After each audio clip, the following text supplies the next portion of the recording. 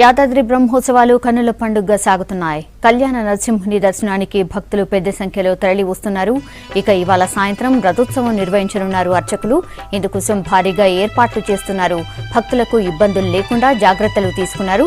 మరోవైపు స్వామివారిని దర్శించుకునేందుకు భక్తులు ఎక్కువ సంఖ్యలో రావడంతో గుట్టపైకి వాహనాలు అనుమతించడం లేదు.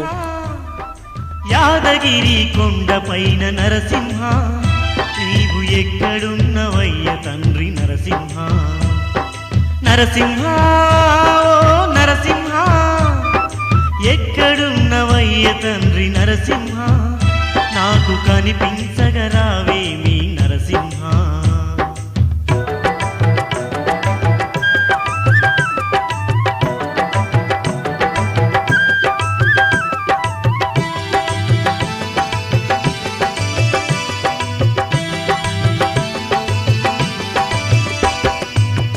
ఆకాశమును అంటే శ్రీహరిని కొండ, నేనెట్ట ఎక్కాల నీకెట్ట మొక్కాల.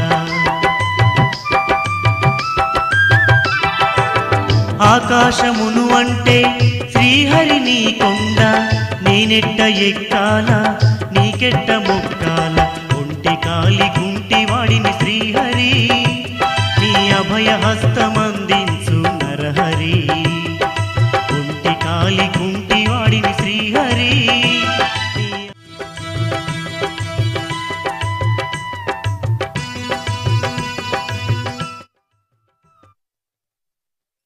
ఈరోజు స్వామివారు ఉభయ దేవేరులతో కలిసి గరుడ వాహన రూఢుడై భక్తులకి దర్శనాన్ని అనుగ్రహిస్తారు. ఇది ఈరోజు ప్రధానమైనటువంటి ఘట్టం. అంతేకాకుండా స్వామివారి యొక్క దివ్య విమాన రథోత్సవం కూడా ఈ బాలాలయంలో జరుగుతుంది.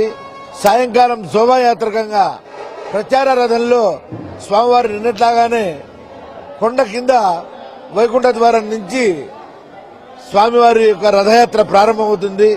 భక్తులందరూ కూడా సేవించండి, ధరించండి. ఈ 3 కార్యక్రమాలు ఈ రోజున ప్రధానమైనటువంటి కార్యక్రమాలు. రథంలో ఉన్నటువంటి దేవుణ్ణి కనుక దర్శించినట్టయితే పునర్జన్మ ఉండదని చెప్పి శాస్త్రం యొక్క ప్రతీతి.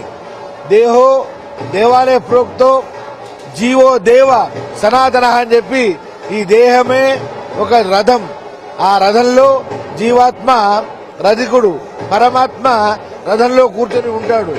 ఆ మార్గం సుమార్గం కనుక అయినట్టయితే భగవానుడు ఉండి రథంతో సహా వైకుంఠాన్ని అనుగ్రహిస్తాడు.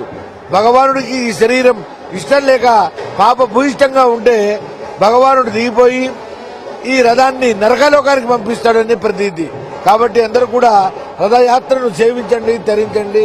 సాయంకాలం 8:30 నుండి 11:30 వరకు కూడా కింద రథ శోభాయాత్ర